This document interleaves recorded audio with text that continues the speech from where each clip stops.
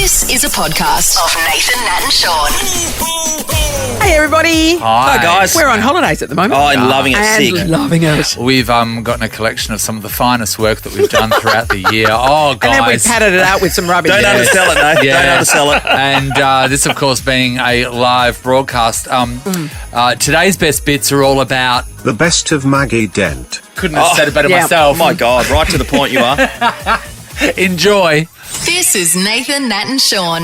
I That's know, Maggie look it Dent, up. everybody, in the flesh, as you just said. It's 7:24. She has a new book out. It's thick. Oh, it's Gotta a thick, say. it's a thick It's called book. Girlhood, Raising Our Little Girls to Be Healthy, Happy and Heard. So, Maggie, we've Maggie heard Dent. a rumour that little girls can be complicated beings. Is that right? A little bit more complicated than young boys? Oh, absolutely. And I wasn't really aware of that because I had only raised boys. And then my granddaughters kept doing things and I'm going, what the heck? Where's this coming from? I have no idea what they're doing. Tell us about the birthday parties. Yeah. So I've been at two different ones, because I've got granddaughters. Yeah. And at one birthday party, there's this massive scream and a meltdown that was just going on, right? And it was because two little girls turned up with exactly the same white sparkly shoes. Oh, no. No, They thought they were Yeah. special. And And a then it was couple of like, who weeks- wore it best? Yeah. Of course, in the Who. Right? And then 2 weeks later on a different 3-year-old birthday party where two little girls high-five and dancing around, yoo-hoo, because they have the same sparkly white shoes on. Sparkly white shoes are all the the rage. complication and the confusion. Right? Parents are going, what are we? And I said, well, they're more complex. Yes. Emotionally, socially, friendship-wise. Am I telling you anything over there, Nat? No, that sounds right. We even confuse ourselves, Yeah.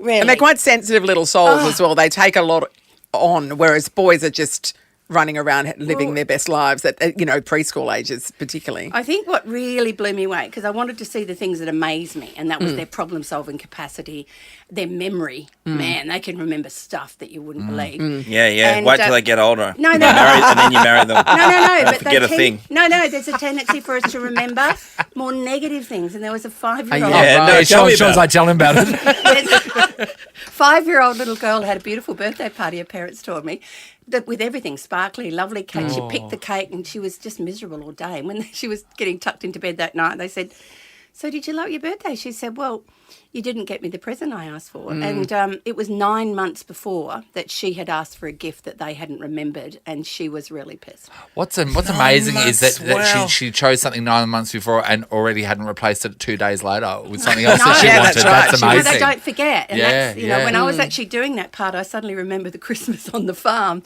where just before I went to big school, that my main present was a new school bag. And I remember how absolutely ropeable I was with that. that's a But you know stitch what up. happens also? It's like getting pajamas. Yeah, but you know what happens next?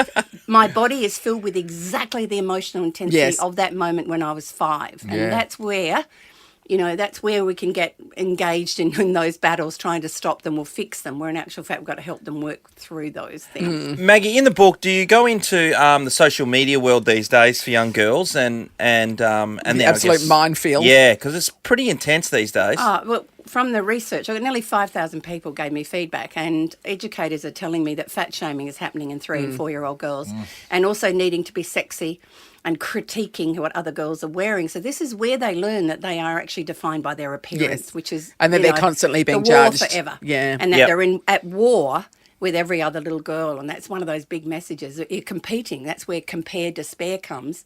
And it's really complex, and this is exactly it. So the more sexualised images they see, or the more clothes they see that are for girls 15 plus, we actually are stealing childhood and the innocence of little girls. They should just be still doing dress-ups, where if you want to dress up, you wear mum's bra with oranges in it, it doesn't fit. Yeah. Yeah. Yes. Yeah. Yeah. Yeah, I get it. Yeah, my mum would have been watermelons. Not oranges, so, Morning, Marlene. and that's really heavy for a child to lug around.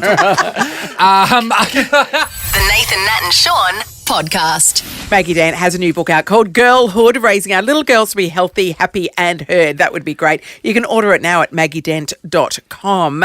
Mags, you ready to help some Yeah. people with their little girls? All right, would like you to meet Helen from Stirling. Helen, meet Maggie. Hi, Maggie. Hi, Helen, what's happening? Hi. Oh, well, I've just been sitting in the car, nodding furiously at everything you've just been Yes. So I've got a 6-year-old girl and a 4-year-old girl. So everything you said Yeah. is just so spot on.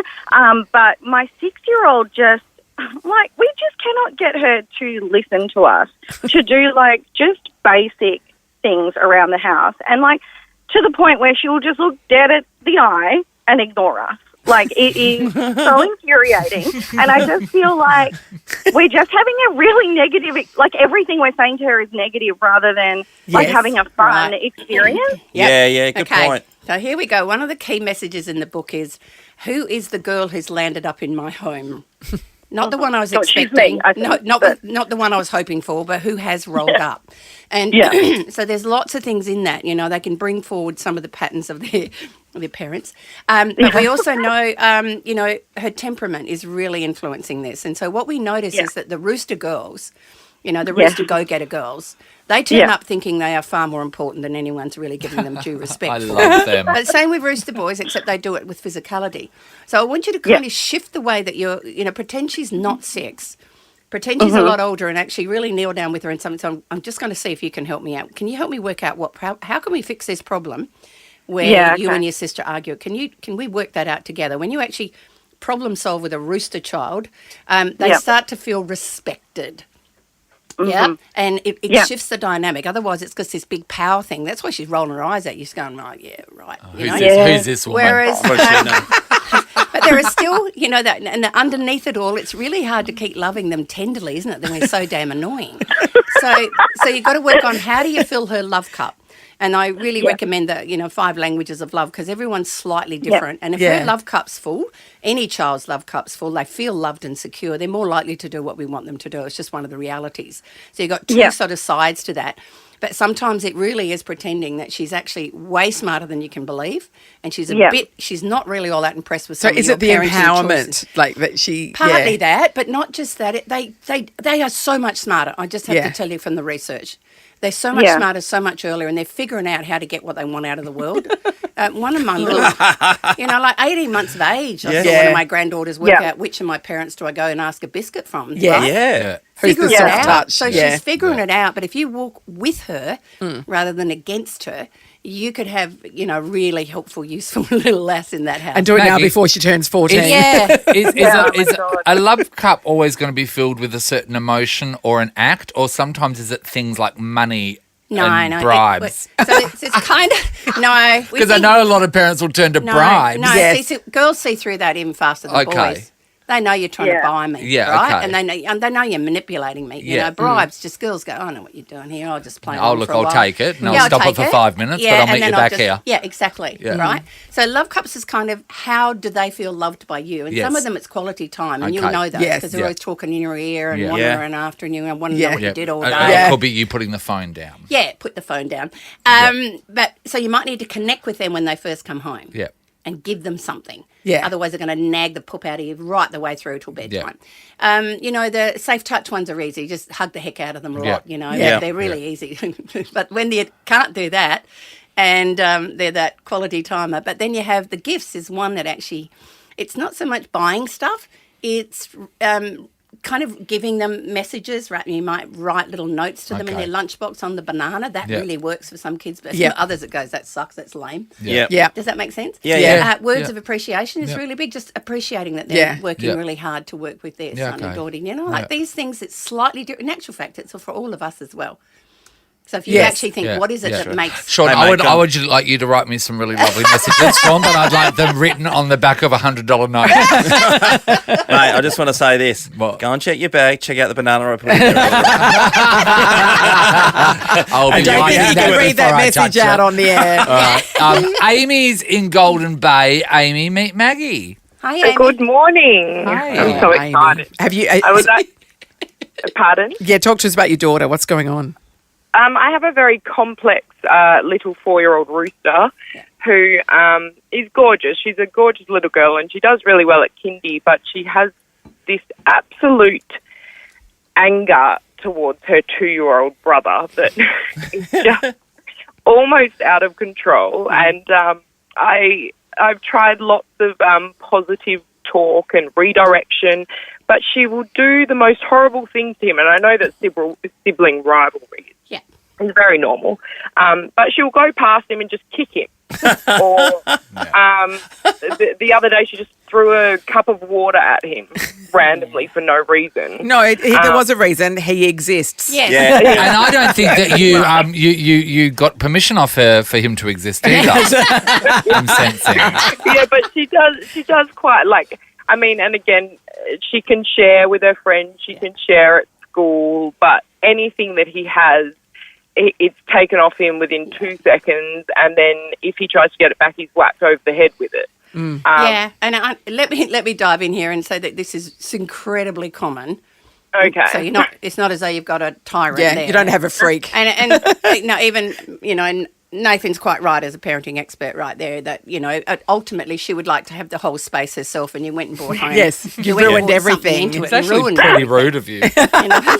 And it's a little bit like that conversation, that I had with Helen down the track, that if she can be kind of becoming your co-parent around the little boy, down the track what they do is they recognise boys aren't really sharp, and she becomes a second mother. No, they're not sharp. I don't care what anyone says. That look in the he's mirror. going to No, need he's not her sharp. help. He's not He's going to sharp. need her help to learn to colour in within the lines and to feed himself and to dressing, all of these things down the track. She's going to be such a good help for him to turn out to be a good man one day. But the second one is the volatility of that age, 3, 4. So this is kind of her with her frustrations. Anything that's paid her off at daycare or school, right? It's still in her system when she comes home, right? And so it's got to come out somewhere. And usually it pours out at mum. Because you're the safest big growing up. But so maybe having a little chat to decompress her day when she comes home, just in case a girl told her she doesn't want to be a friend, or one girl's looked at her and said, I hate your dress. Those things are huge. But those big feelings mean I'm not feeling very good towards anything. And then the lowest denominator, I'm going to blame that little thing because he came into the house and I didn't want him there. Yeah. Because Without she's only permission. 4. Yeah. Got it? Yeah. And yeah. there's some fantastic picture books, again, that I would really work around. Girls remember picture books. Boys don't remember picture books at all. So there's some about feelings. Oh, Sean remembers some picture books. I know what you're talking about. Just can't remember where he hit them. So that we explore the feeling domain, because what's happening there is she's got some big feelings and she needs to know how to express those in a slightly more positive way. And I explore a lot about emotional coaching, helping them to work out how to deal with the big feelings other than belting the heck out of your little brother. Yeah. Mate. Yeah. No, that's great. Yay. Thank All right. you. Amy and Helen, we're going to give you a copy of Maggie Dent's Girlhood. Signed. Signed. Signed. Sealed so delivered. much. Priceless. I know. So you love it, Helen? It's a lot of resources there. Yeah. And MaggieDent.com is also, you've got so many resources up there, don't you, Mags? God, yeah. And what's really funny is Steve's been rapping frantically from home, and we put a photo up the other because he's got a little bit of OCD about how tight and beautiful a parcel needs to be. And he takes ages, Oh, and he bless puts him. a sticker on the outside. And we put a photo up, and of course, everyone who's ever met Steve anywhere in the last 20 years, Yes. has been sending him lots of lovely messages. So he's had more orders. So he texted me and said, "I thought I'd have a few quiet days while you weren't around. That's not working." Oh, So order Are more we- books and are we- keep Steve busy. are we far away from him having his own gift wrapping room? Well, no. Someone said online he'd be great at DJ. So I'm thinking I might, Yes. he can The Christmas Yeah. rush. Yeah, The Christmas Christmas rush. I can kill a ribbon. No, he's really good at rapping, except he uses a lot of sticky tape. Anyway, you've got to keep it Got to stuck. ruin the planet. Thank you so much. It's such a So joy good to to see see you you all. again, So Maggie. good It to feels see you. like it's been forever. And you've managed to knock out this massive I book, know. so well done. You've used your time I off got well. bored. But that's it, I'm done. No more. No, you're Ah, not. she says that all the time. Okay, and her right. podcast, Parental as Anything, as well. Check that out. It's going gangbusters. And she's 6 months away from the feature film. So, Yeah, that's- I mean, apparently she's slowing down, she said. I am slowing Oh, yeah, down. sure. No, literally nobody believes Sure, you. Maggie. Thank you, Maggie. Nathan, Nat, and Sean. Time to welcome the one and only Maggie Dent to the show. Good morning, Mags. Hi, Mags. Oh, God, I missed you so much. Oh, Oh, sweetheart. swearing. I miss eating your protein balls. Yeah, well, and a few other things.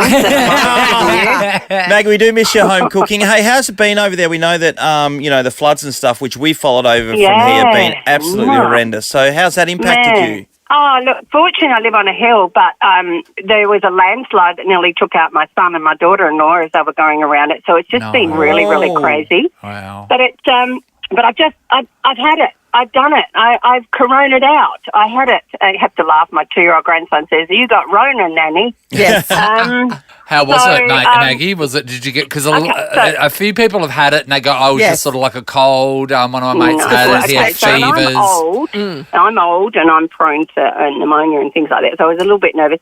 Hit me like a steam truck with the fevers and the temperature. Yeah. 36 hours, Panadol hardly touched it. And then it just like a fog lifts and you just kind of, it's like a cold. I got a bit of, my voice is a bit raspy. I had a fair bit of snot. Yeah. But I was, so I'm just glad, I've got the stocks. I survived it. Yeah. And apparently that means that when I finally get back to WA, I'm probably the safest person you could be around because, you have your natural at the end of immunity. the day. I tell you what, being triple vaxxed is obviously helping a lot of people through that because anyone that I know that has gone through it and then I say, well, if imagine what you possibly, not definitely, but possibly could have gone through if you weren't triple vaxxed. It could have been horrendous. I know, but okay, my new season. Yes, of your Bring it podcast. on. So Parental as Anything is back again, season 5.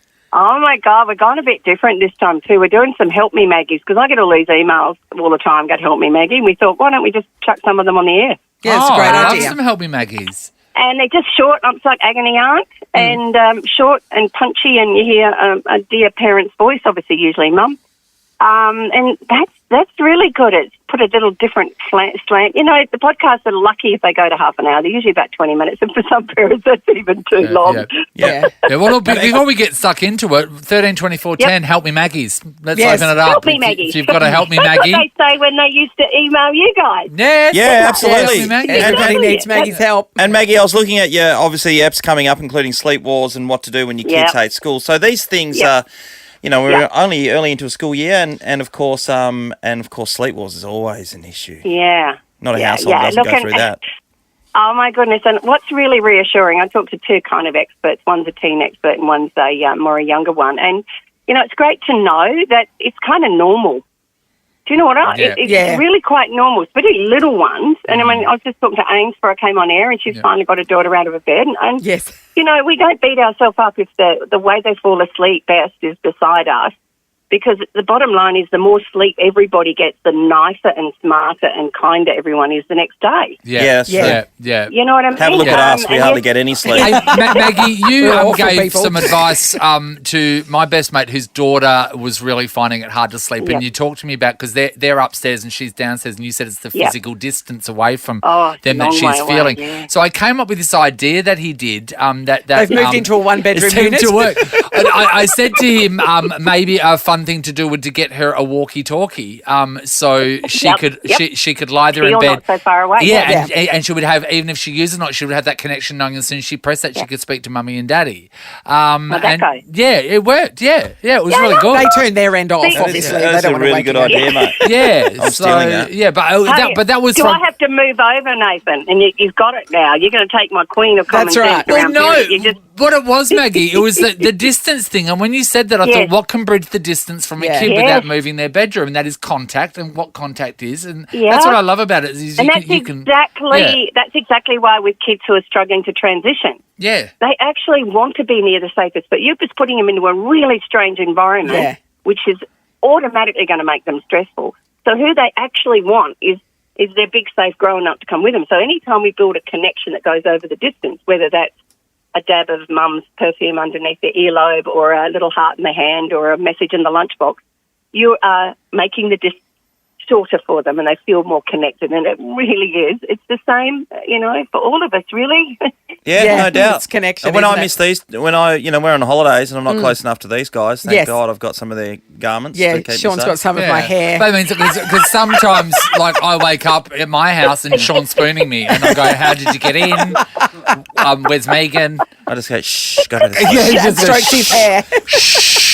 No, we're biologically wired. We are biologically wired to thrive best when we have safe, intimate relationships. Yeah. That's what I told him. I know he did. Whether it's a human or a good dog, hey. Absolutely. The only thing is, Maggie, the spoon turned into a spork, and it was just a bit. So you didn't hate it. You didn't hate it. Well, and we might move on. You're listening to Nathan, Nat and Sean. the wonderful Maggie Dent, has a podcast called Parental as Anything through the ABC, and season 5 launches this week, so check that out. And one of the segments is Ask Me Maggie, so we thought, why don't we do that? Okay, so Lisa would like Maggie's help. Hello, Lisa.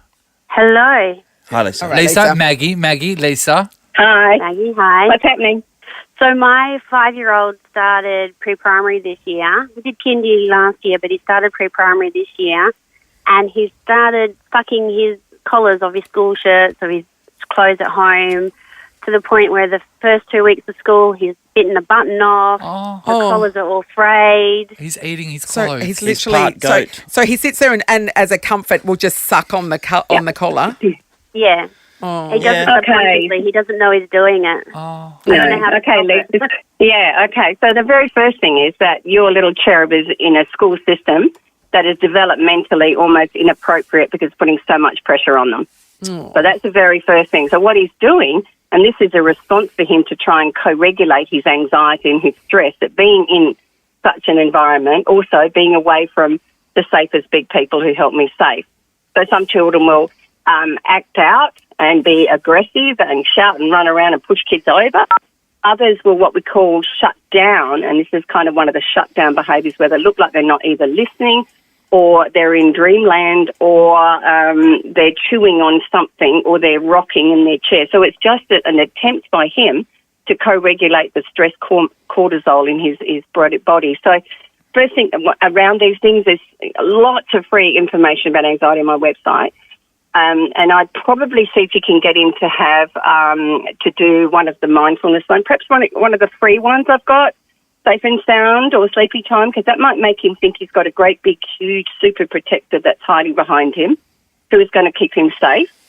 And also, I would absolutely have a quick chat with his teacher and just let him know that this is kind of, is there anything that she can do to help him feel safer in that environment? Because when he has a big person who checks in on him or winks at him or rubs his back every now and then, it often reduces the cortisol, so he won't need to do that.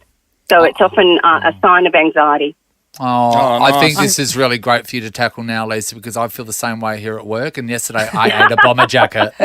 Should have seen when it came Good out. gravy on it though. So, it's heartbreaking, isn't it, when they're so little? Heartbreaking. Yeah, it is. Absolutely. Oh, Lisa, I hope that helps. MaggieDent.com is where you get all those resources as well. So Okay. check Thank that you very out. much. No worries, Thanks, sweetheart. Lisa. My pleasure. Felicity's in Applecross. Hi, Flick. Hello, how are Hey, mate, you? good. Here's Maggie for you. Hi, Maggie, how are you? Good. What's happening? Good. I have a 13-year-old son who has never been into any trouble before. He's always been very good and compliant. 4 weeks, 3 discrepancies at school, and no accountability. It's all the teacher's fault, apparently. So we're just like pulling our hair out, my husband and I, because we're trying to, teach him that he has to own up to his errors, show some remorse, or at least own up to it. Yeah. We've tried taking social media off him, Xbox off him, and he still thinks it's not his fault and it's not fair. And yeah. This is common. Okay, This is common, Felicity. Don't worry, mate. Oh my gosh. And it's so interesting it comes just after the previous question, because I'm going to tell you that your son is actually really probably also struggling with massive anxiety in a big environment with puberty happening, which means he's got all these other changes going on, including his brain getting pruned. And that means they're far more impulsive, they're far more reckless, and sometimes the acting out is a way for them to try and belong with a bunch of boys. They're trying to get some status because they're biologically wired to want to kind of be included with, key friends and key things. So they just don't always think. But I'm going to let you know that he is not deliberately doing a lot of this behaviour. So when you think, well, let's just punish him, you're not actually helping him know how to make a better decision in that moment. So it's about making choices that's going on. Now, there's lots of free articles, again, on my website helping you to understand this, but I want you to, if you haven't bought From Boys to Men, I explain it in enormous detail about how we communicate to a boy, because once he starts doing this, he's going to get busted and busted and busted, and then he's going to hate himself, and then he's going to get angrier, and the angrier he is, the more the behaviour that will continue. Whereas we coach them. Yeah, I get that. I get that. That's what's going down. Maybe you just take a breath. Maybe you go for a run before you get into class. There's all these things we have to help him, recognise. Because, of course, he's going to be defensive. Because do you know a teenager who's not defensive when they've done the wrong thing? Yeah. And this is developmentally incredibly, incredibly normal. So, once again, it feels like an alien might have stolen your son. But we're going, this is exactly what they're supposed to do. Their biological drivers want them to be more independent, to be respected more, even though they don't deserve it. And it's really, really a bumpy ride, but I've been writing about it for years, so you'll find truckloads of free stuff on my website. And possibly listen to the podcast I did with Richard Seidler on Conversations about it, because that one really, apparently, a lot of teen boys said, "No, that lady knows what she's talking about." Hey, Maggie, so in the meantime, while she is sort of doing the research, and if he keeps being disruptive at school and stuff like that, you said that punishment doesn't work. No, we have a deal. So we sit down and we go, right, this is what's going down. Yeah. And this is something that didn't go down before, so things are changing. And we're really we want to be the person to help you become a really good man one day, but this is kind of normal. But it can become a habit and it can become a problem, and people then see you as a problem, and we don't want that to happen. Okay. So I have a little step process that's on my website somewhere there that says we need him to know what is wrong with the behaviours he's doing. What is it where you're trying to do? Because quite often they're trying to have fun. Try often they didn't think. Try often. So when we get under the intention, then we're going to say, okay, so this is how it is according to the school rules and how our values are. So what do you reckon you might do next time instead if you felt the same way? We walk through with them. And, when we do it, feed him first. Seriously, feed him first. Feed him, hand him back his social media, and then sit him down and say, we're not going to go down that rate. We're going to work together. So our options are we work with you because we don't like punishing you and making you angry because that doesn't make any sense. But we have to really take some steps that you get to be accountable for, but they need to be steps that he can manage, and they need to be little steps gradually leading to another. There's a whole section in about a deal. I'm going to set up a deal for you, and together we'll help you get to where you want to be. Yeah, very awesome. good. Very Great good, advice. Maggie. Thanks, Felicity. Good luck. Let's go to Elise in Safety Bay. Morning, Elise. Hello. Hi, Elise. Some help from Maggie. I've got a beautiful 8-year-old son who is incredibly intelligent, not just academically but also emotionally. He's sort of wise beyond his years. And he's caught in this really interesting place of not being able to connect with anybody at school, and not being able to sort of make friends his own age. But then he's also too young to hang out with the adults and sort of banter with these adults. Yeah. And it's sort of, with COVID, they've separated all the cohorts at school. So he's been forced to try and make friends with kids his own age instead of playing with the boys in the year level above. And my beautiful little boy is now like, what's wrong with me? Why am I so annoying? Like, I can't make friends. Aww. And he's in a really dangerous place, I feel. Oh, look, it's wobbly. And I have just probably the thing that's going to help him the most is you're right, he's going to be a bright boy and he's probably going to naturally gravitate to older, kids when he can, but he's 8. And 8 is also a really tricky year. It's one of the 5 tricky windows of boyhood. Sorry about that one, Dob, that grenade, which makes them even more sensitive because there's a change in their hormonal levels and they get really sensitive about these things. So this is a perfect window, and I am going to suggest to you this is, and I really don't like fogging my stuff, but there's an audio that I've created called I'm a Good Friend. And what it does, it actually is let's pretend they close their eyes, but it's actually about welcoming and farewelling strategies and all sorts of things about him being a good friend to himself. And I created it for a lot of those kids who just, no one wants to play with me, I got no friends, because they didn't have the social skills. They were turning up with a miserable-looking face with their arms folded. No one wants to play with that. So when we actually work with the video he's running in his head, before it gets entrenched, we can change his mindset and we can get him practicing at home, we can get him smiling in the mirror, we can get him shaking hands or just knowing how to create connections that make other people feel more safe around him. And he will find someone in his common interest thing. That's your thing. He maybe needs to get to a chess club but something that's his, one of his passions. He'll tend to make friends better with people with similar interests and passions. So I hope that can help you get over this little blip. Oh, or just drop him down to the nearest nursing home and get him to befriend some old people, because it sounds like he's just older beyond his years. He's old beyond his years. And he thinks that all of the kids that he's speaking to in his year are stupid. It's like, come on. And they probably are. Yeah. They're actually their own age. Yeah. Thanks, Lise. Good luck, Elise. Nathan, Nat and Sean is a Nova podcast. For more great comedy shows like this, head to novapodcasts.com.au.